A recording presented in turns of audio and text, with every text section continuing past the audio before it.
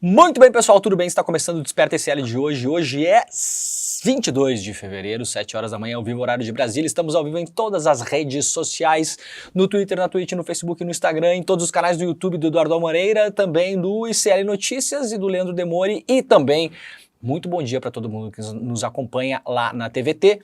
TV aberta em São Paulo e Grande São Paulo, na TV Quirimurê, TV aberta em Salvador e Grande Salvador, na Bahia, e também o pessoal que nos ouve no bom e velho radinho. Estamos ao vivo na Rádio Brasil Atual e também na Rádio Heliópolis. Muito obrigado pela companhia de todo mundo. Você está chegando por aí, vai dizendo de onde você está assistindo a este programa, porque este programa também tem momentos culturais, como o nosso querido Reinaldo Azevedo fala, né?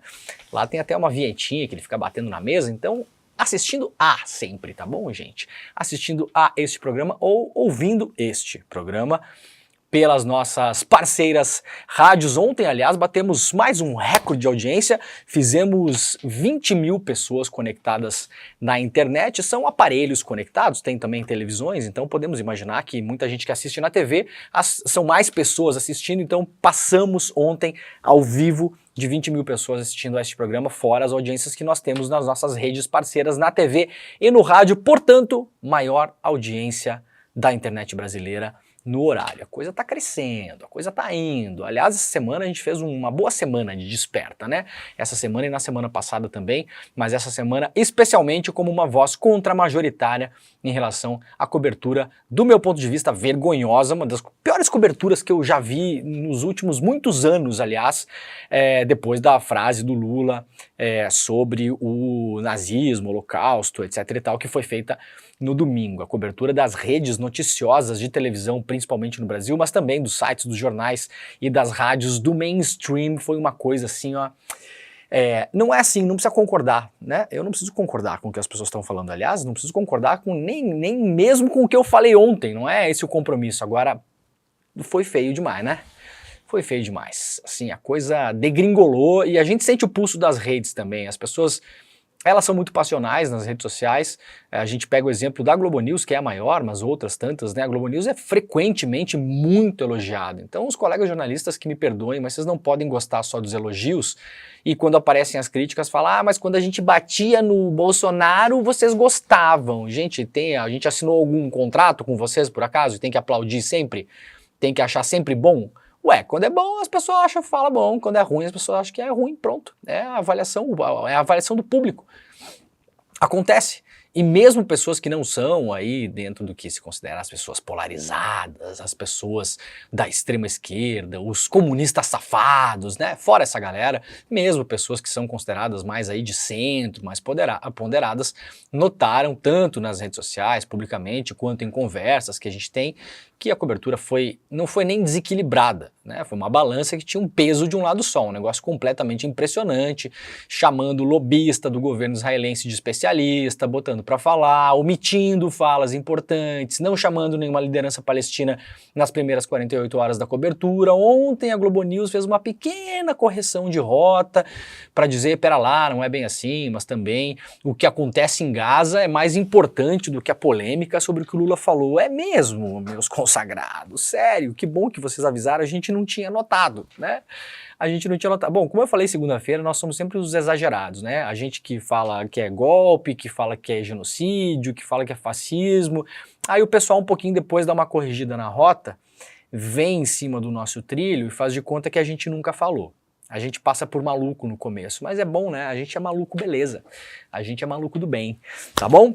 Ó, e assim, críticas pontuais ao trabalho dos colegas, é normal quando os colegas fazem trabalhos bons, a gente fala aqui, eu trago todos os dias 1 milhão de reportagens da imprensa independente, da imprensa tradicional, de todo mundo aqui, não tem pegação no pé de ninguém, tá bom? Don't take it personal, não leve isso para o pessoal.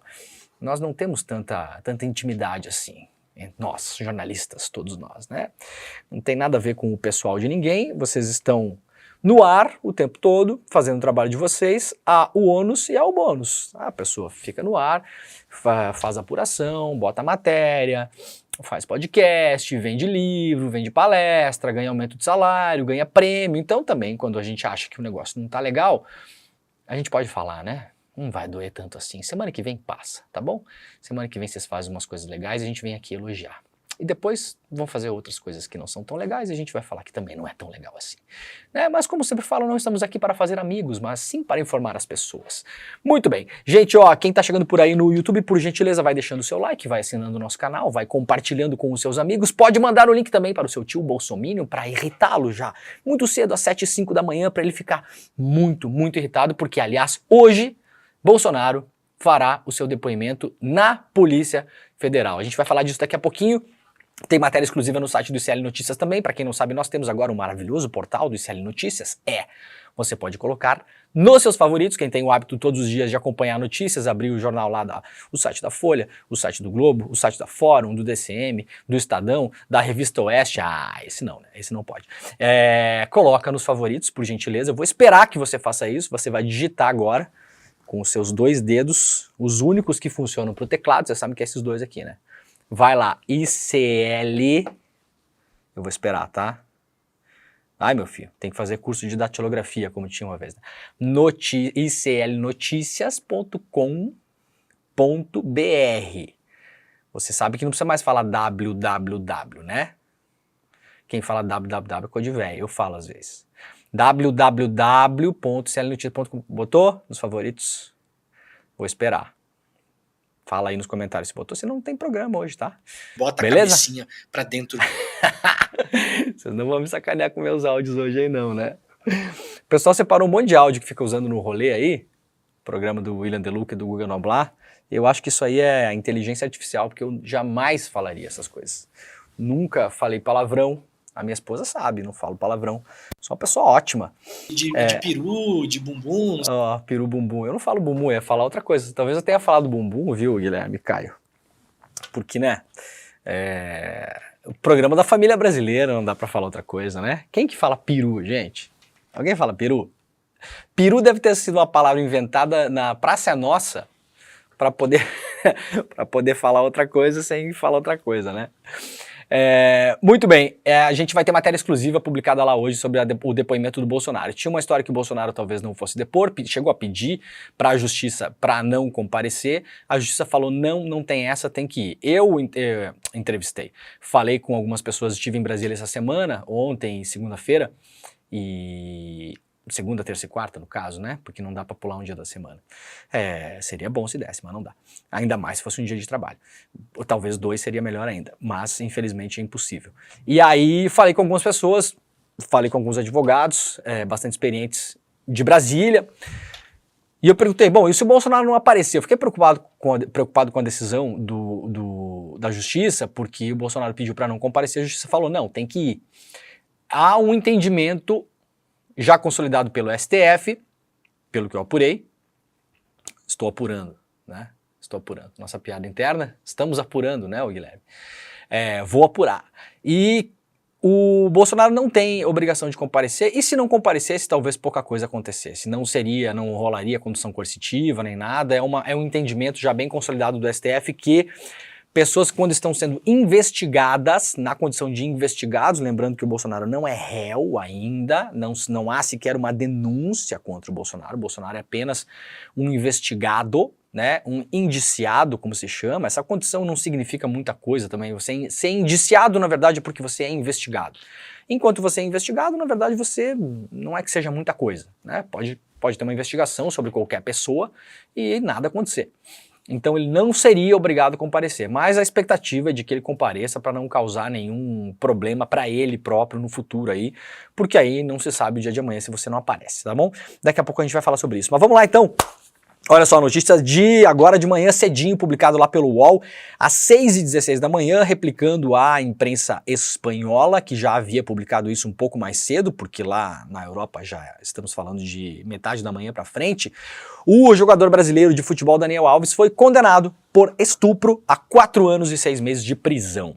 A justiça espanhola julgou Daniel Alves culpado no caso de estupro envolvendo uma mulher de 24 anos em Barcelona. O jogador foi condenado a 4 anos e 6 meses de prisão. O Ministério Público Espanhol havia pedido 9 anos de pena para o brasileiro. A acusação particular, a acusação movida pela vítima, havia pedido 12.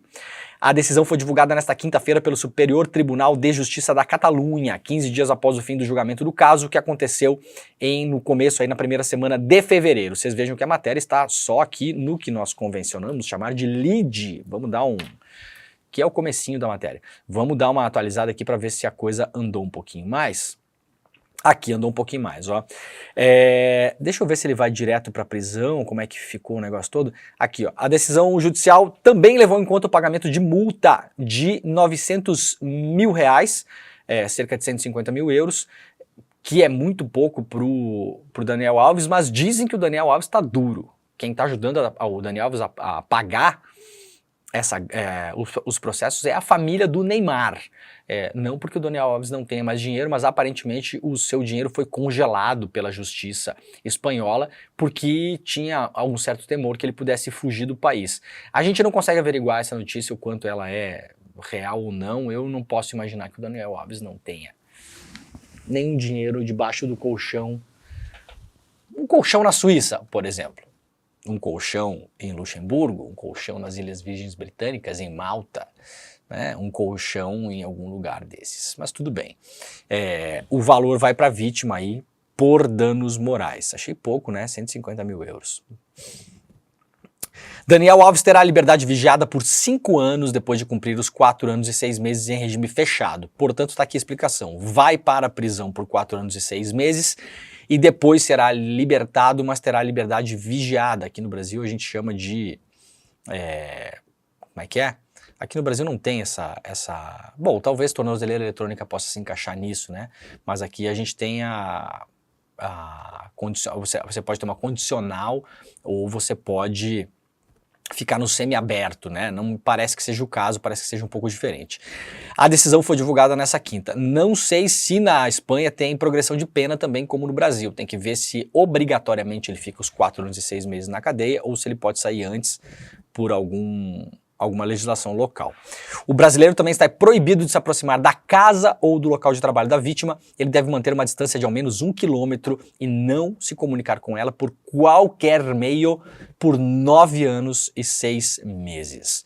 O jogador foi condenado ainda à pena de inabilitação especial por exercício de emprego, cargo público, profissão ou comércio relacionado por menores por 5 anos após o cumprimento da pena.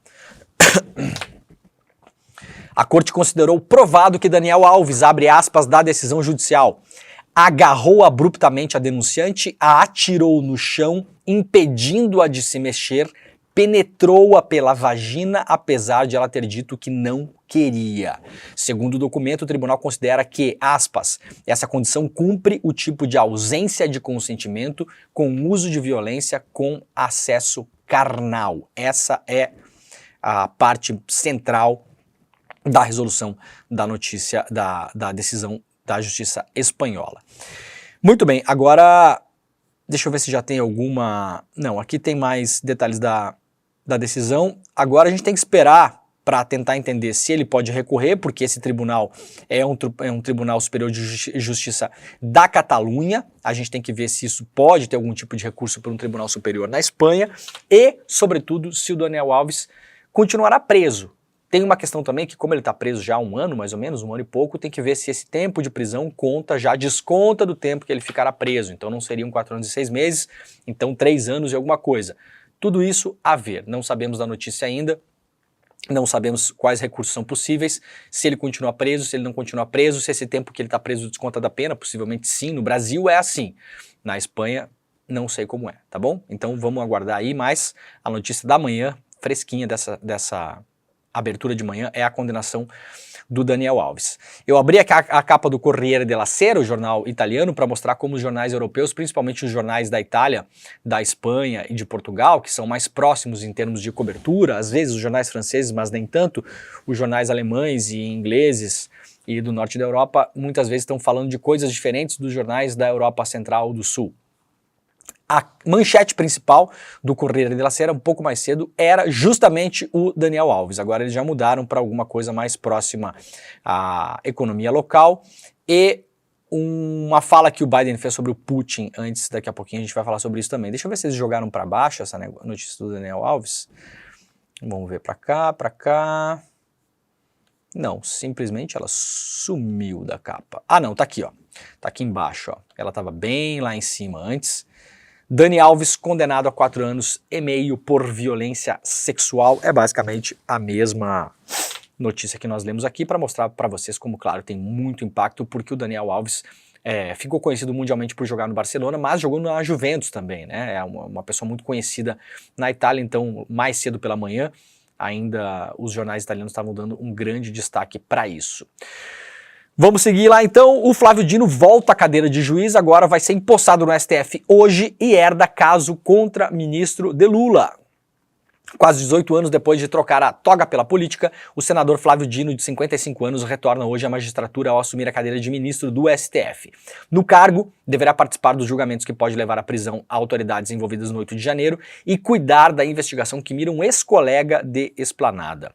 O Flávio Dino assume a cadeira da Rosa Weber, portanto a posse será hoje, uma posse para 800 convidados lá no STF, aquela coisa sempre que fazem no STF, né? É uma cafonice nessas festas, né? Enfim. Se fala, é muito capaz das pessoas não gostar, mas assim, eu tenho a sensação, você imagina o cara auditor do INSS assumir o cargo, né? Cara, é o juiz que está assumindo, deveria ser mais restrito ainda o negócio, né? A gente mantém isso também, isso passa uma imagem para a população que realmente a coisa é como muita gente acha que é, né? Faz um negócio, uma cerimônia imensa, não sei quem que vai tocar violão, é o hino nacional da sei lá de quem que vai lá. Ah, gente, mal aí, tá? Pra mim não orna, tá? Pra mim não orna. Não gosto, tenho direito de não gostar, né? Então não gosto, tá bom? E aí destaca aqui o UOL que ele vai herdar 340 processos, sendo a principal investigação contra o ministro das Comunicações, o Juscelino Filho. A investigação mira supostos desvios de emendas parlamentares à prefeitura de Vitorino Freire, no Maranhão, comandado pela irmã do Juscelino Filho, a Luana Rezende. A apuração estava sob o comando do Roberto Barroso, que no ano passado decretou o bloqueio de quase 1 milhão de bens do ministro. Ao assumir a presidência, Barroso repassou o caso para o acervo da sua antecessora Rosa Weber, que deixou a investigação para Dino ao se aposentar. A interlocutores, Dino desconversa sobre a possibilidade de se declarar suspeito para cuidar do processo. Se isso ocorrer, a investigação deverá ser redistribuída entre os 9 ministros restantes, excluindo Dino e Barroso, que ocupa atualmente a presidência da corte. Olha, o STF tem muitos problemas e esse problema de suspeição dos ministros vai além do que o próprio STF delimita, né? As situações em que o ministro precisa se declarar suspeito, elas são muito poucas no STF. Na minha opinião, deveriam ser muito mais alargadas. Mas eu vou esperar um caso em que o Dino realmente possa se declarar suspeito ou tenha moralmente, para a gente poder comentar aqui, uma cara de que, olha, isso aqui o Dino não pode julgar. Agora, me desculpa, caso contra o Juscelino Filho, nada a ver, tá? Não, na moral mesmo. O que tem a ver uma coisa com o Dino tem algum grau de parentesco com o Juscelino Filho? Nem do mesmo partido ele é. Gente, o Juscelino Filho é um político de direita, do centrão. Direita. Tá ali numa cota, fazendo política de centrão. Tá? O Juscelino Filho é um alienígena. Não tem absolutamente nada a ver, né? Você lê a matéria, herda caso contra ministro de Lula, parece que assim né? Parece que é o presidente do PT o negócio, né? E mesmo que fosse, né? O Dino nem do PT, você sabe que o Dino não é do PT, né? Só pra avisar. Então, deu uma forçadinha de barra aqui o UOL, né? Outra matéria importante que acho que que indica mais, e de novo, não é porque é o Dino não, tá? Se tiver alguma coisa do Dino aqui que parecer um negócio absurdo, aí a gente vai falar, ó, o ministro não pode julgar isso aqui. Agora, essa que o ICL Notícias traz aqui, ela me parece bem mais evidente. Após viagem a Israel bancada pela Conib, o ministro Mendonça vai relatar um processo da Conib. Aí pera lá, né? Aí fica difícil. Isso aqui é complicado. E querem saber? Eu duvido que ele vá se julgar impedido e eu duvido que o próprio STF tenha alguma normativa que obrigue que ele se julgue impedido. Esse negócio das viagens, dos ministros, o Edu já falou várias vezes aqui, aquela festa que tem em Lisboa, né, do Gilmar Mendes, leva um monte de gente, depois os caras estão aqui julgando os processos dos caras que estavam junto lá. E é um negócio completamente insano. É insano. Há alguma normativa do STF que impeça isso? Não, não há. Deveria haver? Deveria, mas não há. O ministro André Mendonça é o relator de um processo movido pela Federação Israelita do Estado do Rio de Janeiro. A entidade é uma das federações que estão sob o guarda-chuva da CONIB, a Confederação Israelita do Brasil, que custeou em conjunto com a ONG israelense Stand With Us. A gente cansou de falar desses caras aqui. Cansou. Nós fomos os primeiros a alertar. Olha o tamanho que essa Stand With Us ganhou no Brasil. Tá toda hora no Fantástico, toda hora na Globo News, toda hora assinando artigo na Folha, no Estadão. Ganhou um espaço absurdo na imprensa brasileira. O cara que comanda esse negócio no Brasil era um militar que trabalhou no setor de inteligência de Israel. Isso não é nenhuma novidade, isso está no currículo dele, aliás. Tem problema nisso? Não tem problema nenhum, só que tem que avisar quando vai entrevistar. Isso não é avisado. O cara é apresentado como uma entidade neutra, uma sumidade, um especialista. Aliás, a Stand With Us se vende como uma ONG que é especialista em moderação de conflitos e propagação da paz. Aí eles pagaram uma viagem para o André Mendonça, para ele ir para Israel. Vejam que bonitinho isso, né? O processo agora que o Mendonça vai julgar, depois de ter viagem paga pelos caras, pela CONIB, no caso, a Confederação Israelita do Brasil, pede que advogados judeus possam respeitar o Yom Kippur, a única ação pública envolvendo interesses dessas entidades judaicas no Supremo Tribunal Federal, que está sob a responsabilidade de Mendonça.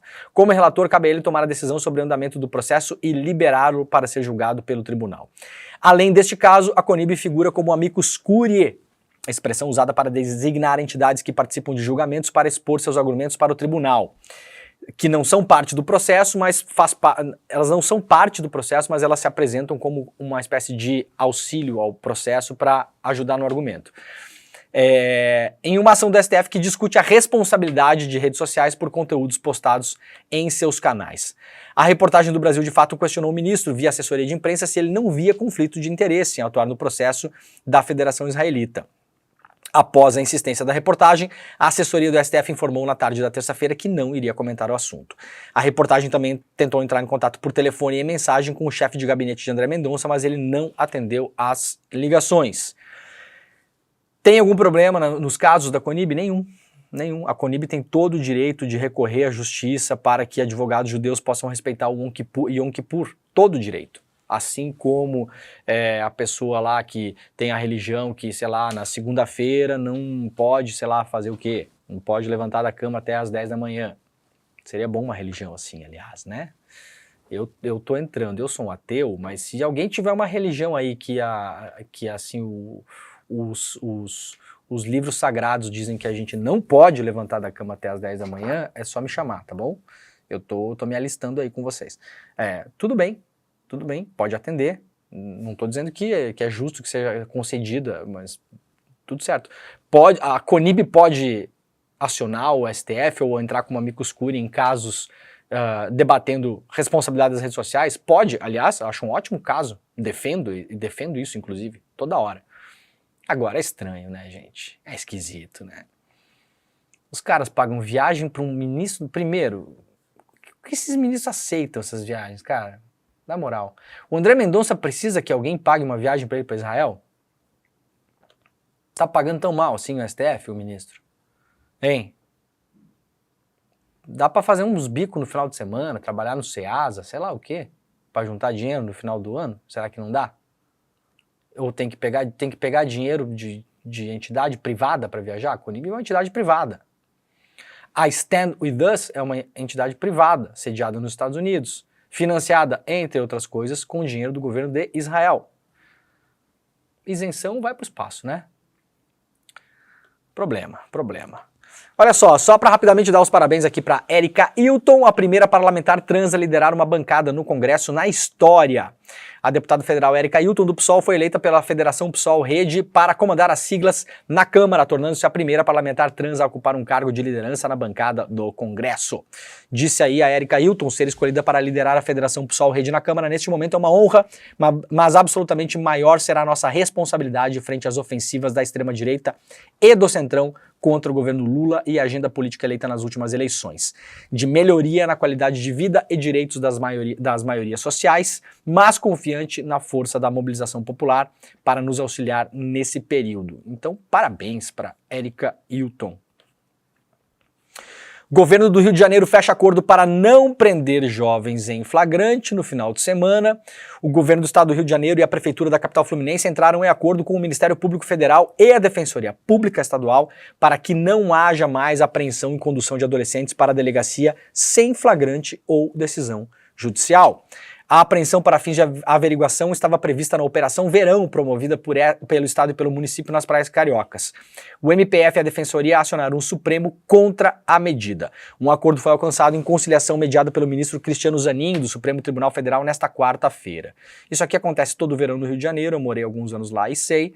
É basicamente a polícia parando a molecada que sai Meu fio tá voando aqui, né? A molecada que sai da periferia para ir para a praia e dizendo que tem que descer do busão e vai mandando para a delegacia. Simples assim. Simples assim. Sabe a história de que pobre não tem que ir para praia, né? Essa gente que vem aí comer galinha com farol, é isso aí. É isso aí. Aquele vídeo antigo que circula na internet dos anos 80, acho que né?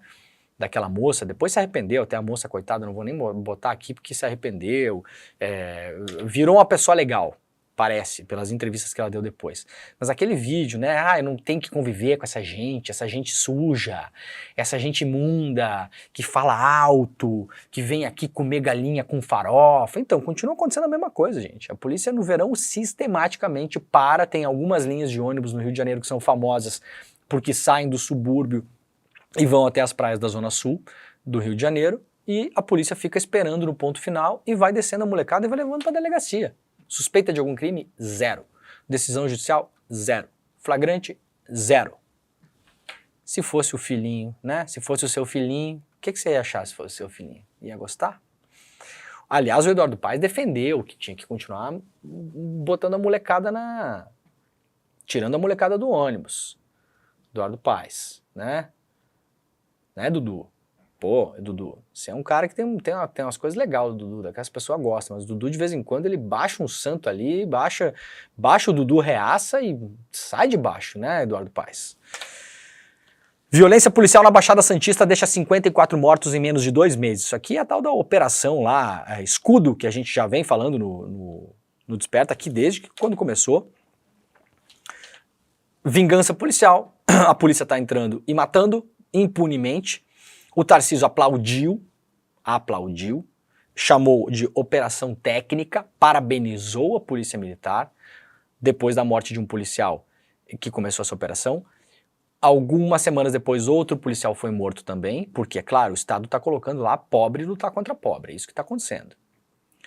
Outro policial foi morto, a polícia intensificou as operações para fazer mais uma operação de vingança para matar mais gente. Pessoas foram mortas pelas costas, há relatos, inclusive há um áudio gravado de um rapaz que foi assassinado, que era um catador de papelão. Um catador de papelão, morava num barraco de madeira, foi enfiado no barraco pela polícia, implorou pela vida, mesmo assim foi assassinado pela polícia, e com ele depois encontramos duas coisas muito comuns quando acontece esse tipo de caso. Primeiro, a polícia diz que ele reagiu à prisão ou entrou em confronto com a polícia, um clássico. Segundo, um catador de papelão que morava em um barraco, que segundo todas as testemunhas que foram ouvidas na época pela imprensa e agora serão ouvidas, espero, pela Polícia Civil e pelo Ministério Público, não tinha nenhum envolvimento com o crime. Foi encontrado o que com ele, meus consagrados? Uma pistola 9mm. Vocês se cuidem por aí, que catador de papelão é de 9mm pra cima. É AK-47, né? É MP-35. Você tem noção do absurdo disso? Tarcísio segue aplaudindo. Esse caso é um caso que está rolando desde o ano passado e já não é mais uma operação. Isso aqui é o sistema, é como o sistema está funcionando. No ano passado foram 28 mortos e agora nós já estamos falando aí de 54 mortos. Lá no UOL foi o repórter Herculano Barreto Filho que fez uma conta. A Polícia Militar mata uma pessoa a cada 15 horas no litoral de São Paulo. A ação da Polícia Militar, técnica, imparcial, a qual o Tarcísio parabenizou, já é a mais letal do estado de São Paulo desde o Carandiru. Com média de uma morte a cada 15 horas, a ação da PM, que matou 31 pessoas em 19 dias em fevereiro na Baixada Santista, é a mais letal da corporação desde o massacre do Carandiru em 1992. Quando as pessoas falavam que o Tarcísio ia levar a milicianização da polícia militar carioca, você sabe que se você votou no Tarcísio ele não é paulista, tá? Tudo bem, não tem problema, o Brizola também foi eleito governador do Rio de Janeiro e era gaúcho, tudo certo, né? Mas o Tarcísio não é o Brizola.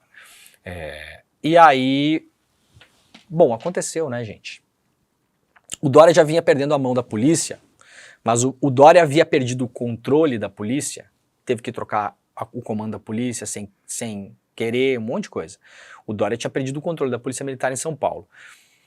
Mas o Tarcísio não perdeu o controle da Polícia Militar em São Paulo. O Tarcísio está apoiando o que a Polícia Militar em São Paulo está fazendo diferente. O Dória tinha perdido o comando da Polícia Militar em São Paulo justamente porque estava tentando combater a letalidade policial, verdade seja dita. Tentou trocar o comando da polícia, tentou botar na corregedoria alguns maus policiais, tentou punir alguns maus policiais e contra isso parte da corporação se revoltou. O Tarcísio chegou para dar uma moral no negócio. STF torna ré e mantém presa a cúpula da Polícia Militar do Distrito Federal pelos atos do 8 de janeiro. Isso aqui já era esperado, eles foram denunciados pela PGR.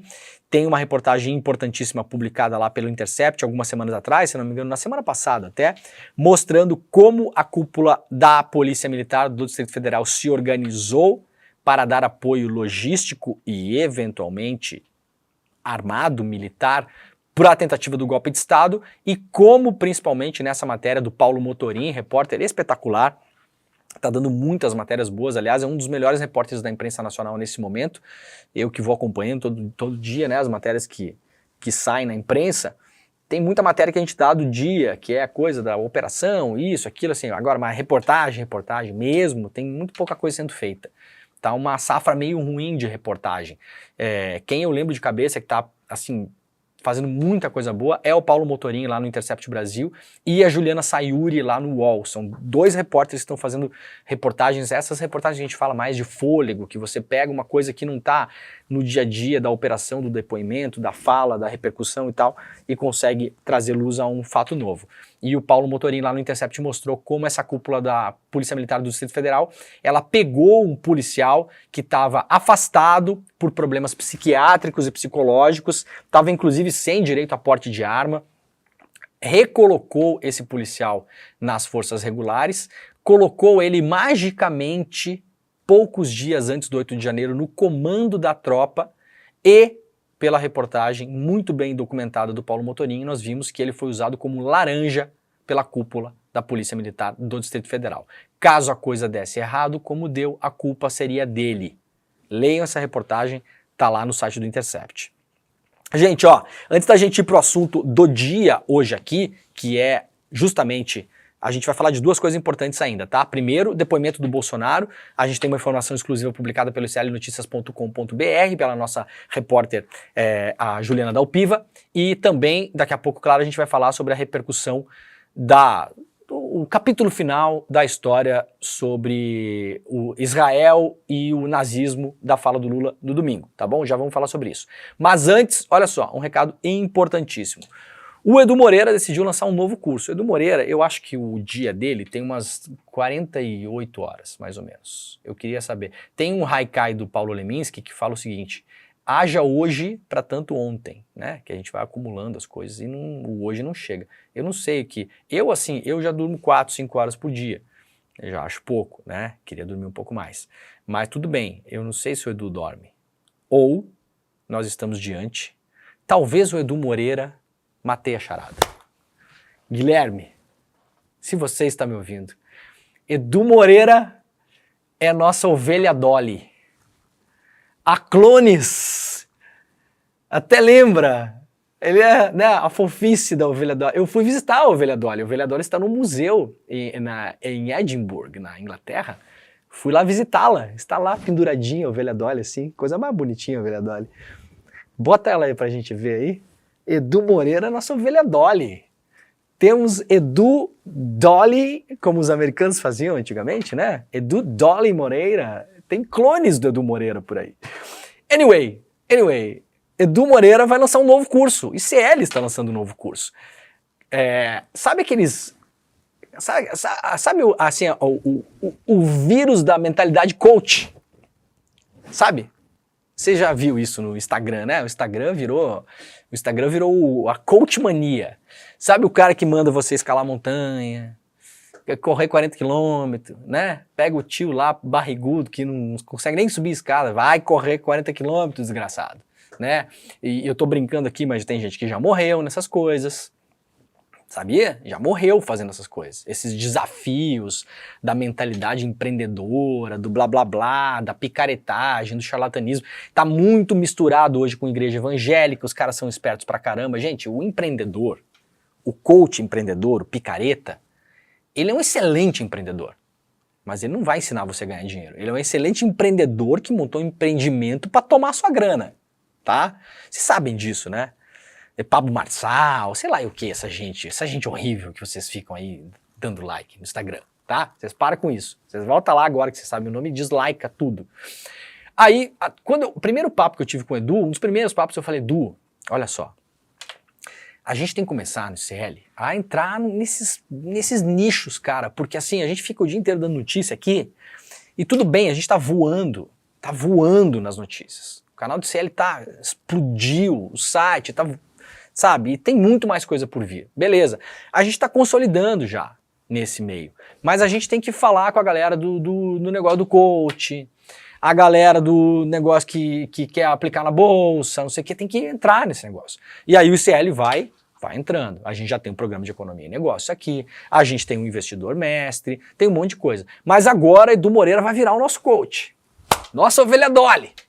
Guilherme, cadê? Tá ali a ovelha Dolly, que bonitinha. Olha lá. Parece o Edu mesmo, né? Tem mais cabelos. Tem mais cabelo só que o Edu, né?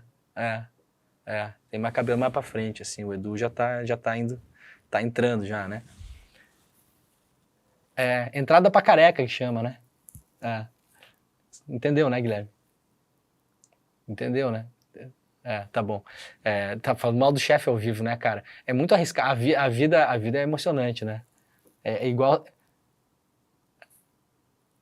Isso, é que nem saltar de paraquedas, cara, mas é que a vida só vale a pena se for assim, senão não tem graça nenhuma. E aí, galera, seguinte, agora falando sério, vai rolar curso de empreendedorismo no ICL. Então você tira toda a camada de picaretagem, toda a camada de enganação, todo blá blá blá da história da manicure que vendeu R$1 milhão em um dia, tá? Não estou dizendo que é mentira, pode acontecer, mas você tira todo o lero-lero de pegar as hiperexceções e incutir na sua cabeça que vai ser assim, e vai ter um negócio aqui dando a real mesmo. Dando a real mesmo. O curso se chama Empreendedor Mestre. Empreendedor Mestre.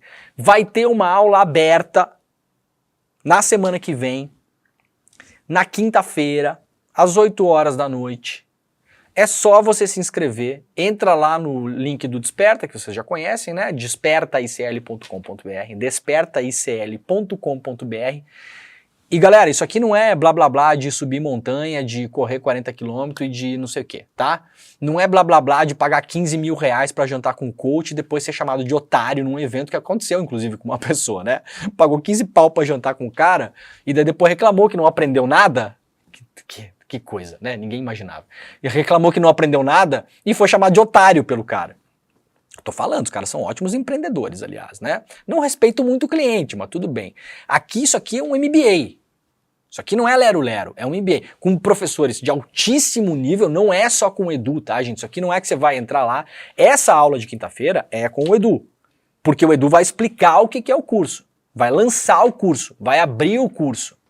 Vai ser o lançamento do curso. Mas o curso é um MBA mesmo. São vários professores, vários módulos, vai ensinar você de fato se o seu sonho é empreender, é ter uma empresa, é lançar um produto, se você é um inventor, um criativo que está lançando uma solução tecnológica para algum problema, uma coisa tal, e precisa colocar uma camada de gestão, de economia, de produção, de planejamento, é aqui que vai rolar o negócio, tá? Então, ó, despertacl.com.br, despertacl.com.br, quinta-feira, 8 horas da noite, lançamento oficial. Esse de quinta-feira, você vai se inscrever, esse é de graça, tá bom, gente? Não precisa pagar nada. Depois você decide se você vai querer fazer o curso ou não. Isso aqui é outra coisa, aí é decisão de cada um. Esse de quinta-feira é de graça, ao vivo, online, exclusivo, grátis, quinta-feira, 8 horas da noite, despertacl.com.br, empreendedor mestre com nossa Edu Moreira, a nossa ovelha Dolly. Só pode ser, não tem outra explicação, gente. Na quinta-feira, alguém tá aqui, tá aí ele, ó. Na quinta-feira alguém tem que vir pra cá pra ver se o Edu é o Edu mesmo. Isso é um... Quando eu visitei a Ovelha Dolly no museu de Edinburgh, o Edu não tava lá não. Não lembro. Não lembro de eu ver ele lá não. A gente vai ficar de olho, tá? Mas eu posso garantir que o clone é tão bom quanto o original. Então mesmo que for o clone na quinta-feira, vai ser legal pra caramba. Tá bom? Então inscrevam-se que vai valer a pena e mandem o link pra galera que vocês conhecem aí também, tá? Se você não é da onda do empreendedorismo, aquela coisa toda, mas tem uma galera que é e tal, manda o link, mesmo que a pessoa... Gente, isso aqui a pessoa não precisa concordar politicamente com o que está sendo dito aqui, tá? Não tem nada a ver, não tem nada a ver. O empreendedor, aliás, tem que ser... O empreendedor é um animal prático, né? Então, quer aprender com os melhores... Mesmo que você tenha uma pessoa na sua família que é mais de direita, sei lá o quê, ou nem conhece o ICL, ou não gosta das coisas que a gente fala aqui, mas você manda pra ela e fala, olha só, cara, esquece o que é dito lá no ICL. Aqui você vai aprender com os melhores. É claro, a gente vai colocar a pessoa também na trilhazinha da ética ali, né? Mas isso aí ela não precisa saber, né? Quem sabe a gente dá uma catequizada na galera também aí, né? Através do empreendedorismo. Muito bem, olha só, Bolsonaro e mais 13 do seu grupo criminoso depõem na PF após terceira negativa de Alexandre de Moraes, o Jair Bolsonaro e mais 13 membros, 13, né? Foi proposital, será? Da organização criminosa golpista, segundo a Polícia Federal, prestarão depoimento simultâneo na tarde desta quinta-feira após o ministro Alexandre de Moraes negar pela terceira vez um pedido da defesa para adiar a oitiva do ex-presidente. Para Moraes, as situações fáticas e jurídicas não foram alteradas, permanecendo a obrigatoriedade de comparecimento do investigado perante a Polícia Federal. A decisão foi divulgada na noite de ontem. Segundo as investigações, Bolsonaro seria o líder da organização criminosa que tramou e colocou em marcha um frustrado plano de golpe de Estado no Brasil. Alegando que não teve acesso aos autos do processo, o que foi desmentido por Moraes, o ex-presidente deve permanecer em silêncio diante dos investigadores na sede da Polícia Federal em Brasília. A estratégia dos advogados Paulo Cunha Bueno, Daniel Tesser e Fábio Weingarten é que tanto o ex-presidente quanto os outros membros fiquem calados para evitar contradições. A oitiva simultânea convocada pela PF se dá justamente para evitar que os depoentes combinem narrativas. Olha, sobre isso deles ficarem calados, é bastante possível que o Bolsonaro fique calado sim. Sobre o acesso aos autos, o Bolsonaro teve acesso a parte dos autos porque a investigação está ainda em andamento. Então não é usual que a Polícia Federal libere toda a investigação sigilosa se ainda está investigando a pessoa. Não é óbvio que isso aconteça, tanto é que isso não acontece. Mas, ao mesmo tempo, os advogados podem falar, não, mas como eu não tenho todas as informações sobre a investigação, então eu não vou dar depoimento. Isso lhes é garantido. O Bolsonaro pode chegar lá e não falar nada. Eu falei com alguns advogados essa semana e que me disseram o seguinte, há um entendimento do STF de que o investigado não precisa comparecer nessas audiências. Investigado, ele não é réu ainda, que aí muda de figura. Por quê? Qual que é o entendimento? Porque a legislação fala o seguinte, quando você é investigado, ainda na fase de inquérito, e você é chamado a depor, você tem o direito de ficar calado. Então, qual o entendimento do STF em cima dessa lei? Ora, se você tem o direito a ficar calado, você não precisa comparecer. Porque você comparecer e ficar calado e você não comparecer, dá na mesma. Isso é um entendimento consolidado pelo STF. O Alexandre de Moraes falou que não, que eles são obrigados a comparecer. Na prática, o que acontece se o Bolsonaro não for? Na prática, olha, a não ser que o Alexandre de Moraes dê uma pirada e faça uma condução coercitiva, uma coisa assim, o que seria, do meu ponto de vista, um absurdo, não acontece nada com o Bolsonaro. Tá bom? Não acontece nada com o Bolsonaro. E é assim que é, gente. É assim pro Bolsonaro, é assim para todo mundo. Mas a Juliana Dalpiva nos trouxe uma informação importante que quebra um pouco essa história. Publicou lá no site do ICL Notícias. Ex-assessores de Bolsonaro devem responder perguntas da PF em depoimento. Segundo a apuração da Juliana, o Tércio Arnaud Tomás e o coronel Marcelo Câmara, ex-assessores do Bolsonaro, devem sim responder as perguntas da PF no inquérito que apura a tentativa de golpe do Estado. Os depoimentos ocorrerão hoje. A intenção deles é de não exercer o direito ao silêncio. Ou seja, pela apuração da Ju, dos 13 que comparecerão mais o Bolsonaro, pelo menos 2 falarão, sim. Não sabemos, claro, o que eles dirão. Posso imaginar que vão talvez defender o Bolsonaro ou defender a si próprios. Mas temos uma apuração diferente do que saiu da imprensa ontem. O advogado Eduardo Kuntz, que atua na defesa dos dois, afirmou à coluna da Juliana Dalpiva que a orientação é para que ambos respondam todas as perguntas possíveis. No entanto, o defensor lembrou que, diferentemente do que o ministro Alexandre de Moraes vem afirmando em seus despachos, a defesa não teve acesso aos elementos de prova que existem na investigação. Este ponto será abordado oportunamente, afirmou o advogado. Na quinta-feira, portanto, hoje também ocorre o depoimento do senhor Jair Bolsonaro. Essa notícia saiu ontem aqui, eu achei até meio chocante, né? Cela de Bolsonaro já está sendo preparada pelo Exército para iminente prisão, diz revista, publica aqui a revista Fórum. O Exército já se adiantou às possíveis ordens de prisão preventiva contra militares que podem ser decretadas nos próximos dias e começou a preparar celas para receber os eventuais futuros encarcerados. Entre os membros e ex-membros das Forças Armadas está o Jair Bolsonaro. Segundo a coluna Radar da revista Veja, uma fonte graduada do Exército informou que o comando do Tomás Paiva já começou a encampar melhorias em alojamentos no Comando Militar do Planalto, dentro do quartel-general em Brasília. É para lá que Bolsonaro, General Augusto Heleno e outros militares e ex-militares devem ir caso sejam alvo de uma ordem de prisão. Isso aqui foi uma nota curta, publicada ontem pela revista Veja. Não tem fonte, quem garante que tem uma fonte do alto escalão é o jornalista, portanto temos que acreditar na apuração do jornalista. Eu tô trazendo aqui para vocês sabem que eu tenho um pouco de bronca com esse negócio assim, tá? Não gosto muito, mas tudo bem. É um meio consolidado, um jornalista consolidado, podemos descartar pelo menos a ideia de que isso é uma informação inventada por ele, claro. Mas pode ter sido passado por uma fonte com interesse X, Y, Z, que a gente não sabe, tá? Eu achei estranha essa notícia, mas tudo bem. Tá dada. Aqui no Jornal Globo, para quem quiser saber, fizeram um compilado das perguntas que a Polícia Federal pode fazer para o Bolsonaro hoje. Separaram aqui em grandes trechos, ó. Haverá perguntas, por exemplo, em relação, claro, à decretação de golpe de Estado, elaboração da minuta golpista, impedir a posse do presidente Lula, sobre a reunião ministerial em que o Bolsonaro falou ali, várias coisas que a gente já mostrou, sobre a inteligência paralela, a tal da BIM do Bolsonaro, a BIM paralela, e outras cocitas más. Quem quiser se aprofundar um pouco mais, está lá na capa do Jornal Globo de hoje. O Tarcísio, governador de São Paulo, disse ontem uma frase infeliz do Tarcísio, né, o Tarcísio? Você não tá procurando voto para ajudar ninguém na prefeitura pelo jeito, né, o Tarcísio? Sabe quantos professores tem em São Paulo, Tarcísio? O cara ficou no exército, o cara não aprendeu a fazer política. O Tarcísio, deixa eu te falar uma coisa, não mexe com professor não, tá? Professor derruba a candidatura, tá, o Tarcísio? Vai lá, pede pro seu assessor perguntar quantos professores tem na rede estadual de São Paulo. Daí faz o cálculo vezes 3 ou 4, que é o número da família.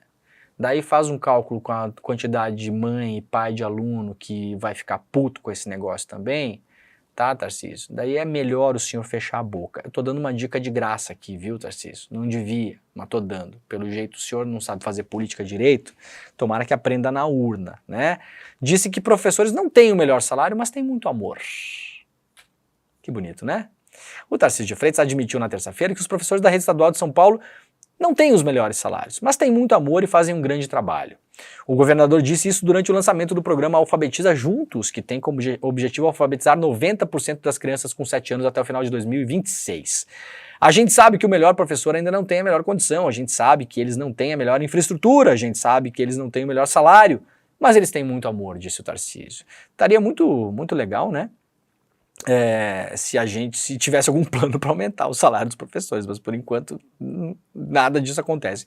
Eu trouxe aqui uma dica para quem é professor, eu vou ajudar vocês aqui, depois vocês não digam que esse programa nunca fez nada pelo bem da humanidade, tá bom? Vou pela primeira vez aqui, eu vou pagar um boleto ao vivo, vocês prestem atenção. Você, professor, tem milhares de professores e professoras que acompanham, milhares mesmo, tá, gente? Milhares de professores e professoras que acompanham a este programa. Eu recebo mensagem e falo com pessoas e tem muitos professores e professoras que nos acompanham. Atenção, se você é professor ou professora, eu vou ensinar você que tem esse salário aí, né, que a coisa não tá fácil, a pagar um boleto, tá? Vou ensinar. Você faz assim, ó, você bota o negócio do boleto na tela, tá aqui, ó, tá aqui. E aí, sabe quando você pega o celular e vai fazer o QR Code, vai fazer assim? Daí agora tem o QR Code do Tarcísio, você faz assim, ó, faz assim, ó. E faz na frente do boleto, tá? Tá vendo ali, ó? Aqui, ó. Faz na frente do boleto, coraçãozinho. Eu não sei fazer coraçãozinho. Você tá fazendo também? Isso, Guilherme, abre seu boleto aí, cara. Faz assim, ó. Ó, o meu pagou. O meu pagou. O meu pagou. Pagou de vocês aí? Pronto, gente, tá resolvido. Vocês não ficam falando mal do governador aí não, tá? O cara tá quebrando um galhão pra vocês aí. Tá? Resolveu? Pagou? Então tá bom.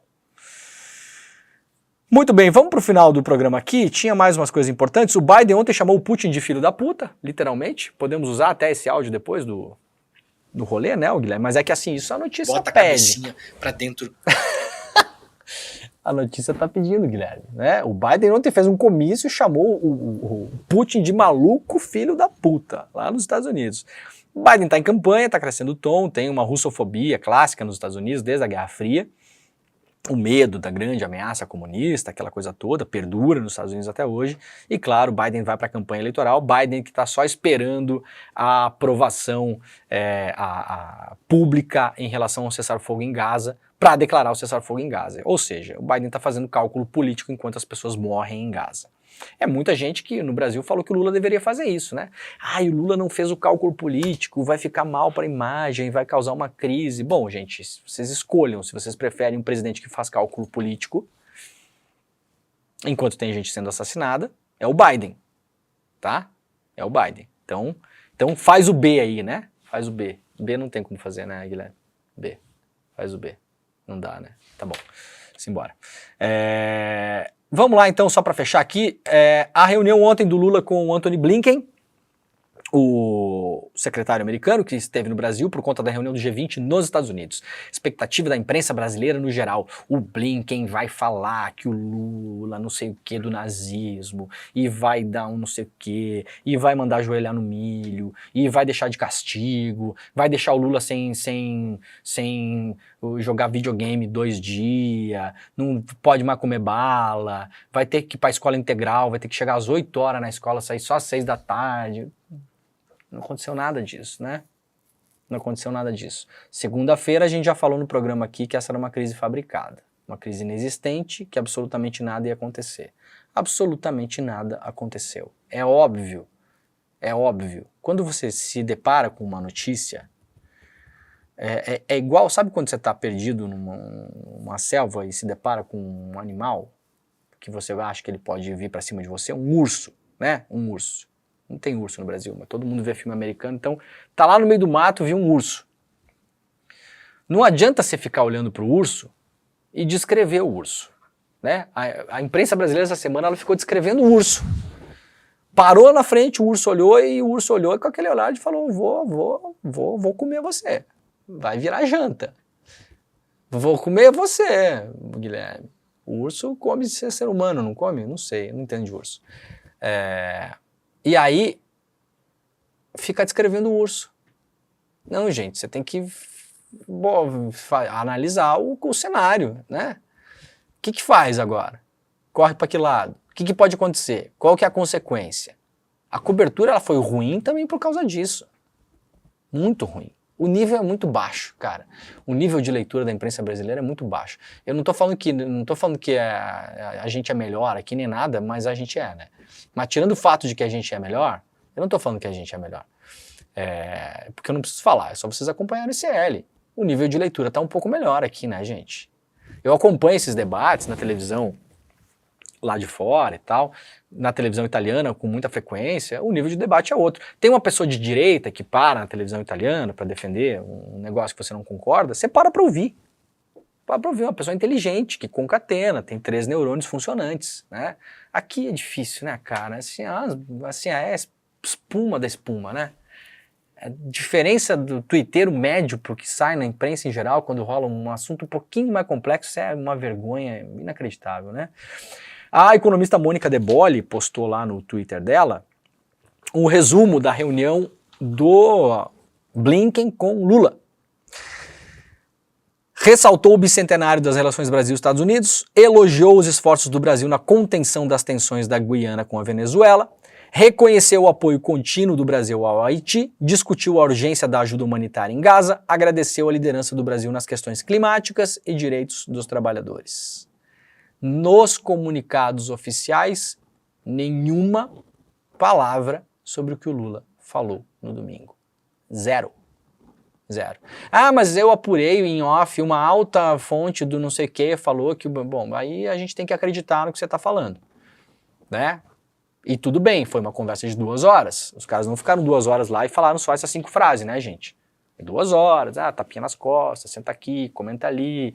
Você sabe como é que é essas reuniões, né? Fica os presidentes, fica uma galerinha assim, fica os intérpretes sentados do lado, assim, né? Aí a pessoa vai falando e o intérprete vai falando no ouvido, assim. É assim que funciona. Então demora, porque tem a tradução, aquela coisa toda. O Blinken não fala português, o Lula não fala inglês. E claro que o Blinken pode ter comentado, olha, o presidente, sobre esse assunto aqui, não vamos polemizar, mas o senhor sabe a posição dos Estados Unidos. Qual é a posição oficial dos Estados Unidos? Os Estados Unidos não reconhecem em Gaza sequer que está havendo um genocídio. Essa é a posição oficial dos Estados Unidos. Isso não é uma novidade. O Blinken não está contando uma novidade para o Lula, caso tenha dito isso para ele, porque isso não está no comunicado oficial publicado pelo governo dos Estados Unidos. Tá bom? Então é isso, né? A coisa rodou em círculos e foi para lugar nenhum. Olha só, lá no UOL, coluna da Thaís Bilenque, embaixador de Israel, pede mais cautela nas conversas entre Brasil e Israel. No meio do fogo cruzado entre os governos do Brasil e Israel, o embaixador israelense em Brasília, Daniel Zonshine, que é um bolsonarista, dá pra dizer isso praticamente, né? Porque encontra com o Bolsonaro e vai jantar com o Bolsonaro, aquela coisa toda. Deu uma entrevista exclusiva para a coluna da Thaís Bilenque que diz que as autoridades dos 2 países precisam escolher as palavras com mais cautela. Para Zonshine, a fala de Lula comparando as ações de Israel na faixa de Gaza ao Holocausto e Hitler foi problemática. Lula não citou a palavra Holocausto. Não existe a comparação com o Holocausto. Não existe. Não existe. Não existe. Isso é uma extrapolação de leitura de quem está lendo desse jeito. Não existe a palavra Holocausto. Não existe. Mas, segundo o embaixador, ela foi problemática, mas não pode inviabilizar a relação entre os 2 países. Os arautos do fim do mundo estão dizendo que a relação entre Brasil e Israel acabou. O acordo comercial do não sei o que acabou. O embaixador tem uma opinião diferente. Temos que deixar as coisas para trás e não continuar discutindo se tem que dizer ou não tem que dizer o pedido, se tem que ou não pedir desculpas, disse o embaixador. No entanto, o colega dele lá, aliás, o chefe dele, o ministro das Relações Exteriores de Israel, não para de falar do Lula. O Lula alugou o legítimo triplex na cabeça do moço lá, né? 1 minutinho? Então tá bom, então estamos acabando já, tinha mais uma coisinha aqui, rapidamente aqui, estou orgulhosa das ruínas de Gaza, diz ministra da Igualdade de Israel. Então, o Daniel Zonshine, dá uma ligadinha lá para sua ministra, né, a Mai Golan, e dá essa dica para ela, porque parece que ela não tá ouvindo você não, tá? É isso, gente, ó. programa está acabando. O que é a CNN? Passamos a CNN? Passamos a CNN. Este programa, neste momento, é o terceiro lugar na audiência, Guilherme. Isso não é notícia que se dá. Atrás de Jovem Pan, SBT. Quem que tá no ar lá? É o Silvio Santos, por acaso, para estar fazendo mais audiência do que eu? Provável. Tá bom. Então amanhã a gente vai tentar bater a audiência do Silvio Santos. Gente, muito obrigado pela audiência de todo mundo. Eu vou descer correndo do estúdio lá para baixo, porque eu tô ao vivo no ICL Notícias primeira edição agora, tá bom? Então daqui a pouquinho a gente se vê. O Desperta volta amanhã, 7 horas da manhã, horário de Brasília. Um beijo para todo mundo e tchau. Na lógica do capitalismo, não se engane. O jogo é você contra todos. E nessa guerra desigual, você tem muito menos chances de vencer do que você imagina. Isso é uma verdade que nenhum coach de final de semana ou guru de internet vai te contar.